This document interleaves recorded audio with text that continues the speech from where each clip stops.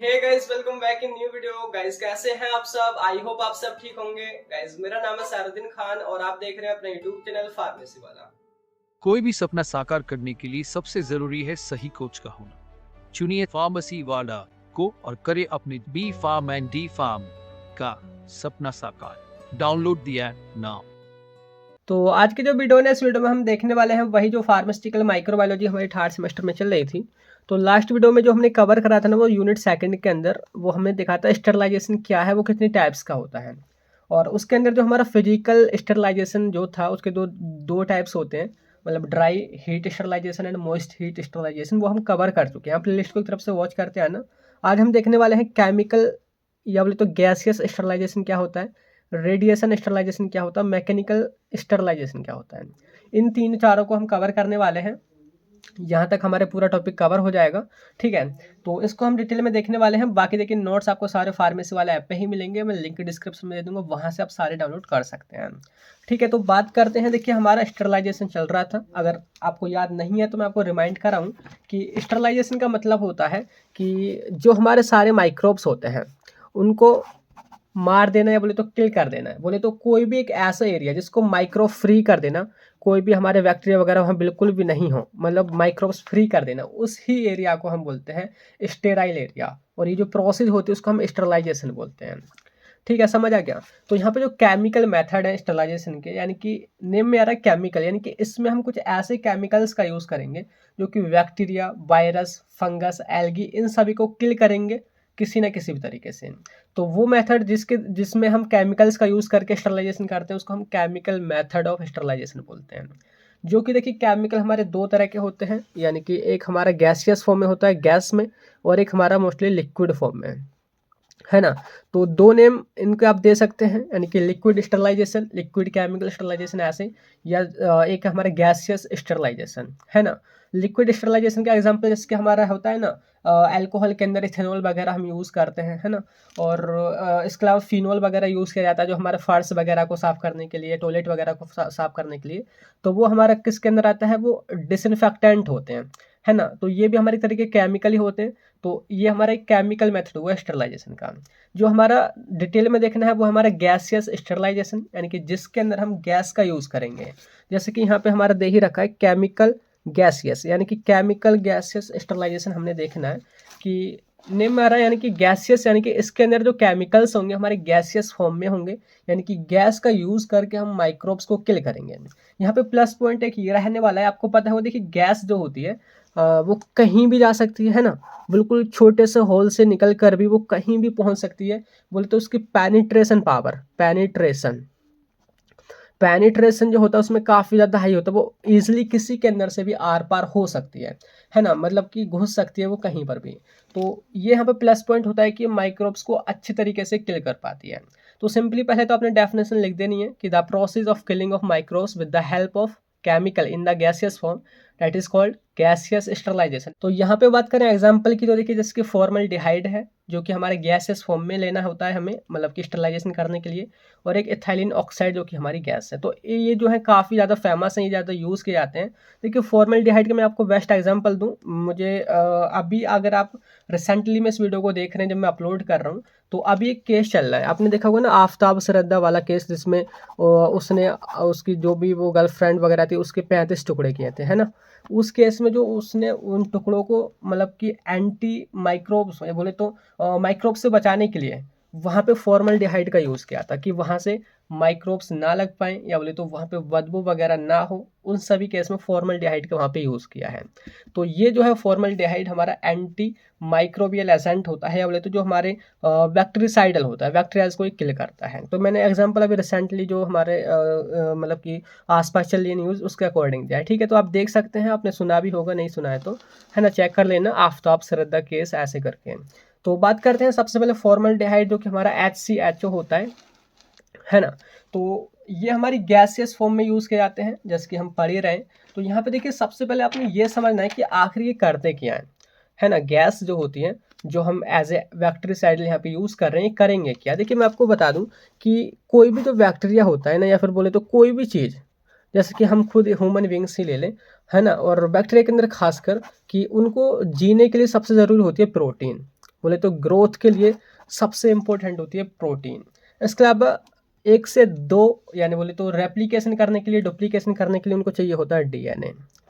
यानी कि यही 2 चीज़ हैं, अगर ये बैक्टीरिया में प्रेजेंट है, वो अच्छी तरीके से काम कर रही हैं, तो इन्हीं 2 चीज़ों की वजह से वो बैक्टीरिया हमारा ग्रो कर रहा है। अगर हम इनमें से किसी को भी आके यहाँ पे रोक दें, या बोले तो डीएनए का रेप्लिकेशन रोक दें, या बोले तो प्रोटीन के सिंथेसिस रोक दें, तो हम बैक्टीरिया को किल कर सकते हैं। तो समझ आया, यानी कि हमारी ये जो गैस है वो करने क्या वाली है, वो इन्हीं 2 चीज़ों पर असर करेगी, या तो प्रोटीन को रोकेगी या बोले तो डीएनए के रेप्लिकेशन को रोकेगी, है ना। तो यहाँ पे देखिए पहले आपने लिखना है कैसा है कि जो फॉर्मल्डिहाइड जो होता है ये बनाया कैसे जाता है गैसेस फॉर्म में।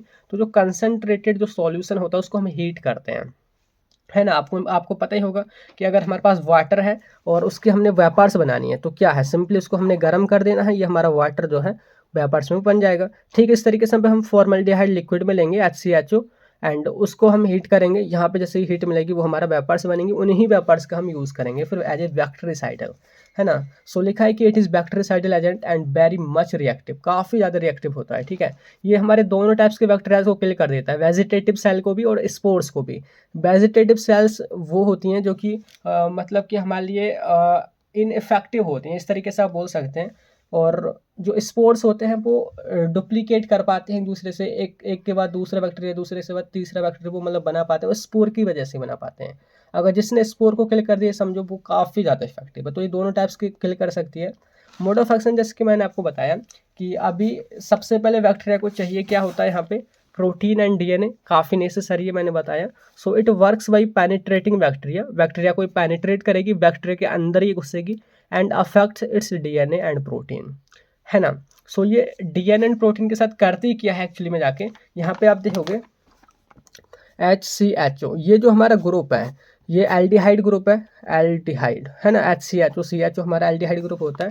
तो ये जो है नाइट्रोजन एटम के साथ में कंबाइन होता है। नाइट्रोजन एटम ये कहाँ पे प्रेजेंट होता है, आपने डीएनए के अंदर देखा होगा, प्यूरिन पायरिमिडिन पढ़े होंगे, है ना। जो हमारे ग्वानिन होता है, साइटोसिन होता है, थाइमिन होता है, एडेनिन होता है, तो उनके अंदर नाइट्रोजन प्रेजेंट होता है, उनका नेम ही नाइट्रोजन बेस होता है।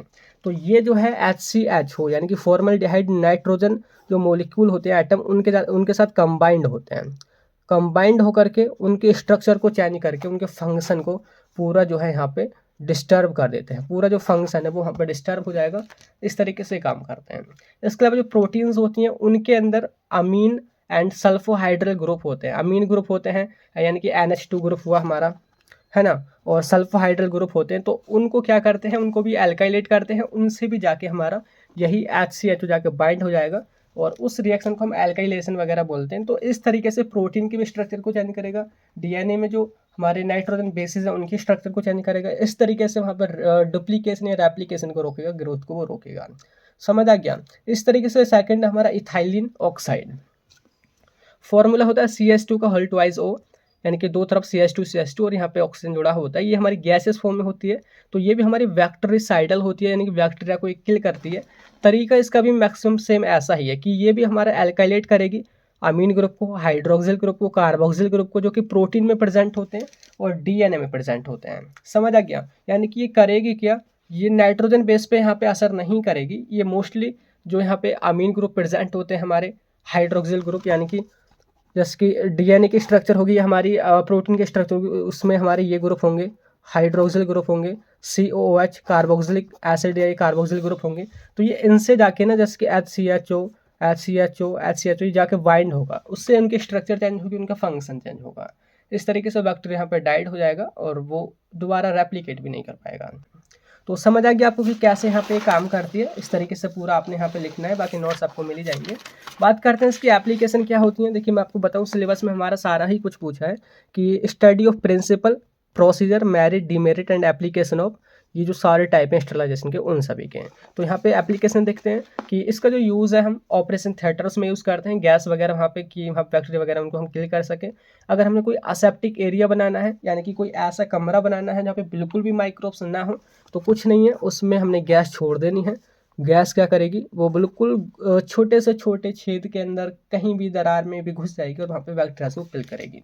असेप्टिक एरिया को बनाने में माइक्रोबायोलॉजी के लैब में भी इसका यूज़ करते हैं। इसके अलावा for sterilization of heat sensitive material, ऐसे मटेरियल जैसे कि हमने फिजिकल मेथड में देखा था, हम हीट से गर्म करके उनको मारते थे बैक्टीरियाज को, तो कुछ मटेरियल हमारे हीट सेंसिटिव होते हैं, वो हीट ज़्यादा मिलने पे ख़राब भी हो जाते हैं, तो उनके लिए काफ़ी इफेक्टिव एंड अच्छा तरीका है ये वाला।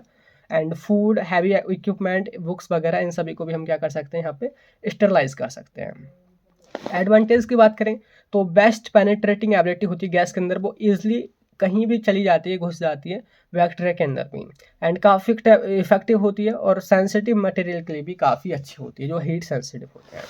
बात करते हैं डिसएडवांटेज, यहाँ पे क्या होता है कि गैस हैव कार्सिजेनिक एक्टिविटी। कार्सिजेनिक एक्टिविटी यानी कि हमारे अंदर भी ये जा सकती है, हम सांस के थ्रू ले सकते हैं, तो हमें भी प्रॉब्लम कोज कर सकती है, कैंसर वगैरह भी कोज कर सकती है। टॉक्सिसिटी की बात करें, हमें इरिटेशन हो सकता है, नज़ल, हमारी नाक भी इरिटेट कर सकती है, जलन हो सकती है, और आई में भी इन्फेक्शन हो सकता है जिसको हम कंजक्टिवाइटिस बोलते हैं। तो ये इसके डिसएडवांटेज हुए हैं। तो अभी हमने क्या देखा है यहाँ पे, फिजिकल मेथड तो देखिए हम ऑलरेडी यहाँ कवर ही कर चुके हैं, कहाँ पर है ये वाला। अब देख लिया हमने केमिकल गैसेस मेथड। अब देखते हैं नेक्स्ट जो है रेडिएशन स्टरलाइजेशन। रेडिएशन का मतलब क्या होता है, यानी कि आपने रेज के बारे में पढ़ा होगा, alpha rays, gamma rays, UV rays, है ना, या इंफ्रारेड। तो ये जो है हमारी रेज होती हैं। जैसे कि आपको पता है रेज यानी कि जो रेडिएशन होता है वो काफ़ी खतरनाक होता है।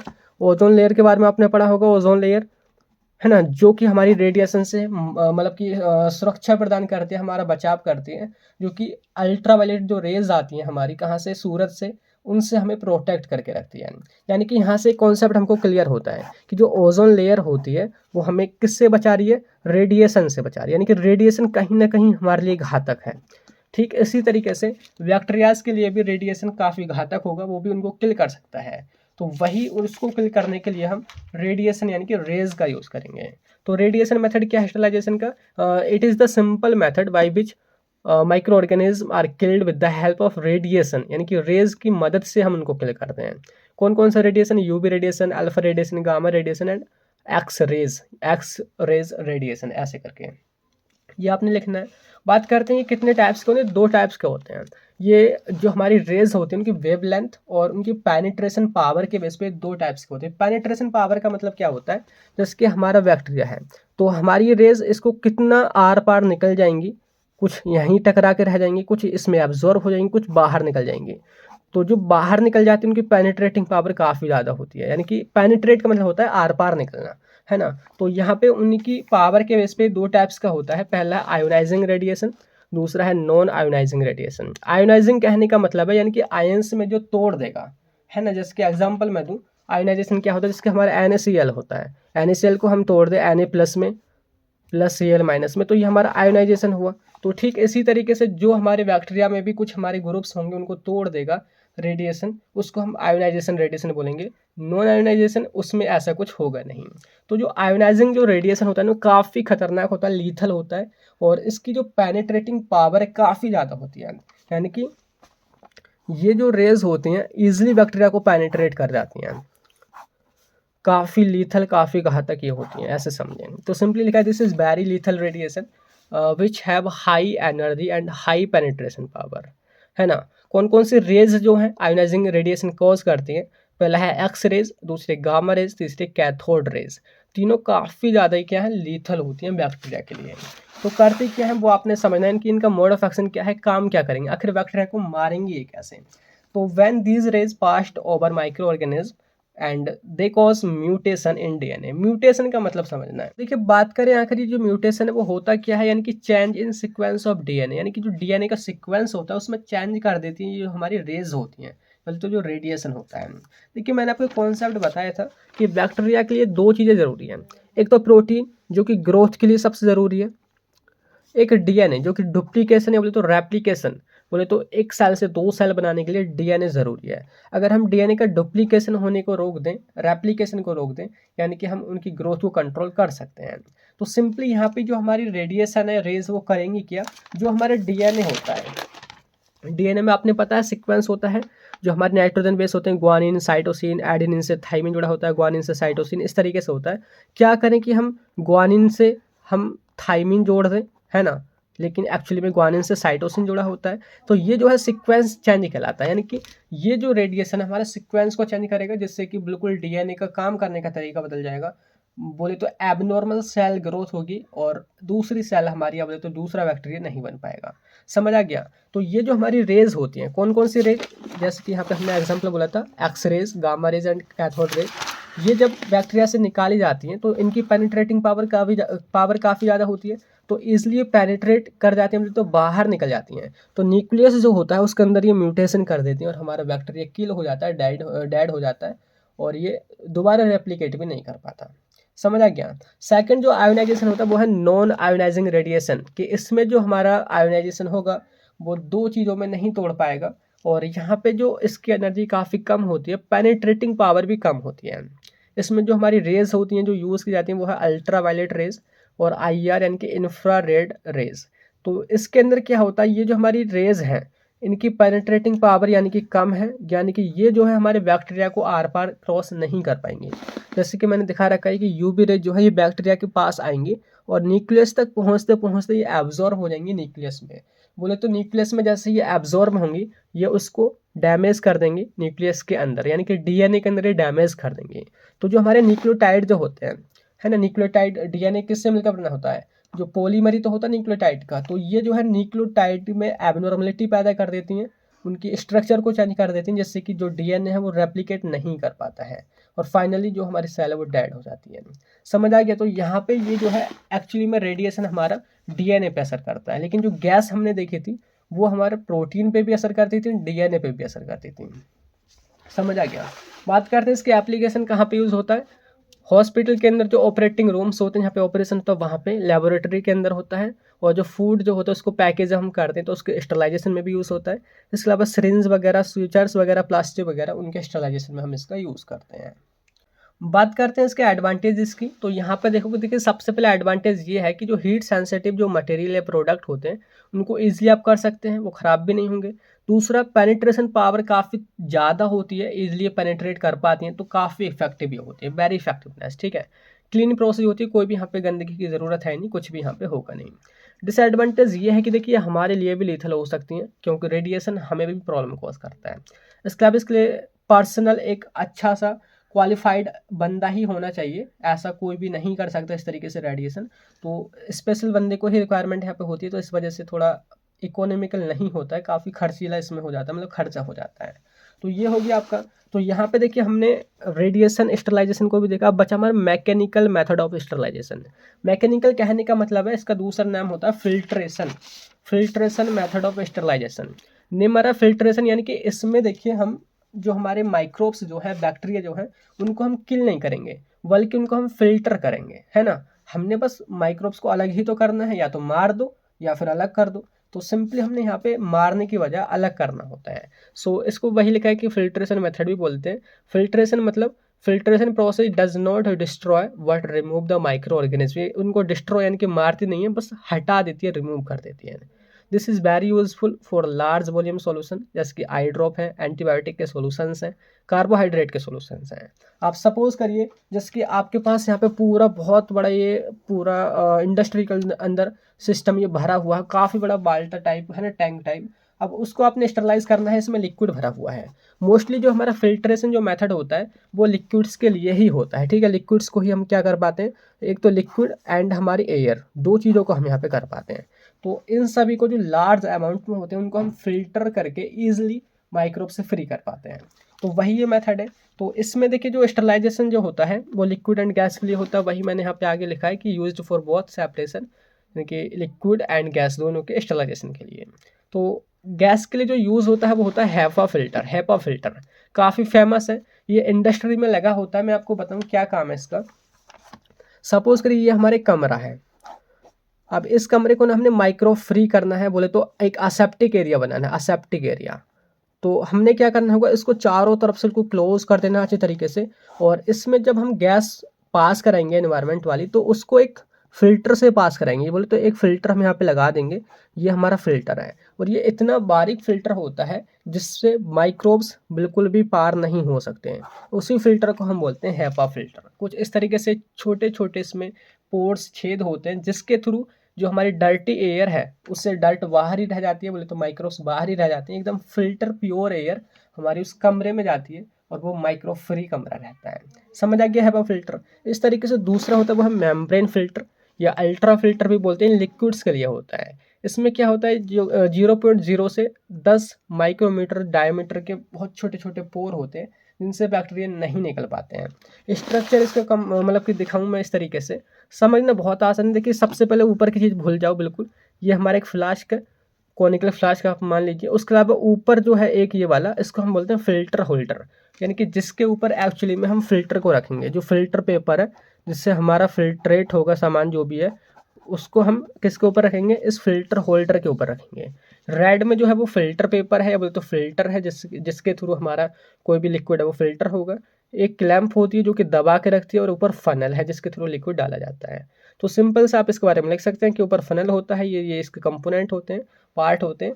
और इस तरीके से बैक्टीरिया हमारा ऊपर ही रह जाता है फिल्टर पेपर के ऊपर ही, और नीचे हमारा लिक्विड जो कि माइक्रो फ्री रहता है वो नीचे आ जाता है। समझ आ गया। बात करते हैं इसके एप्लीकेशन।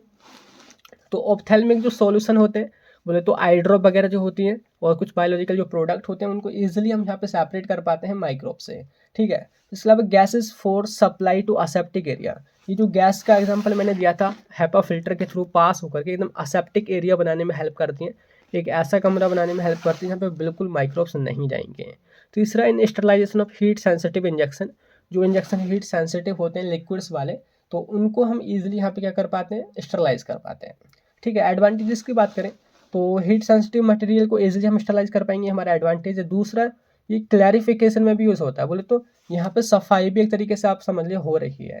देखिए जैसे कि HEPA फिल्टर है, वो माइक्रोब्स को तो रोकेगा ही, साथ के साथ अदर डर्टी जो पार्टिकल्स है उनको भी रोकेगा, है ना। इस तरीके से यहाँ पे फिल्टर पेपर वो माइक्रोब्स को तो रोकेगा ही, अलग जो भी चीज़ें उनको भी रोकेगा। तो ये क्लैरिफिकेशन में भी यूज़ होता है। इसके अलावा all micro organism are separated, ऐसा नहीं कि ये किसी बैक्टीरिया को मारने का काम कर रहा, नहीं, ये तो बस हटा रहा है, बाहर निकाले तो सभी को ये रोक पाता है ना। तो ये इसके एडवांटेज है। लेकिन डिसएडवांटेज इसका ये होता है काफ़ी मतलब कि इफेक्टिव नहीं होती है। बोले तो 100% हम ये श्योरिटी नहीं दे सकते कि अब बिल्कुल माइक्रो फ्री है ये हमारा लिक्विड। कभी कभी कुछ फिर भी चले जाते हैं, छोटे और भी होते हैं, तो उसके लिए स्टेरिलिटी टेस्ट हमने करना होता है। इसके अलावा एक ऊपर है ये, it does not differentiate between viable and non viable particles. Viable बोले तो जो हमारे मतलब कि जिंदे होते हैं, कुछ माइक्रोब्स ऐसे होते हैं ना जो मर जाते हैं, कुछ ऐसे होते हैं जो हमारे जिंदे लाइव होते हैं। तो हम बिल्कुल पता नहीं कर पाते कि कौन सा जिंदा निकला है, कौन सा मरा निकला है, सारे माइक्रोब्स। तो ये भी हम डिफ्रेंशिएट नहीं कर पाते हैं। तो यहाँ पे आप देखोगे हमारा फाइनली जो स्टरलाइजेशन का पूरा जो टॉपिक है, यानी कि चारों पांचों टाइप, हमारे फिजिकल स्टरलाइजेशन के method, chemical, gaseous, radiation, mechanical, सारे हो चुके हैं। नेक्स्ट से इवेल्युएशन के जो मेथड हैं उनको हम देखेंगे। नेक्स्ट वीडियो में मिलते हैं, तब तक के लिए bye bye, thank you, have a nice day.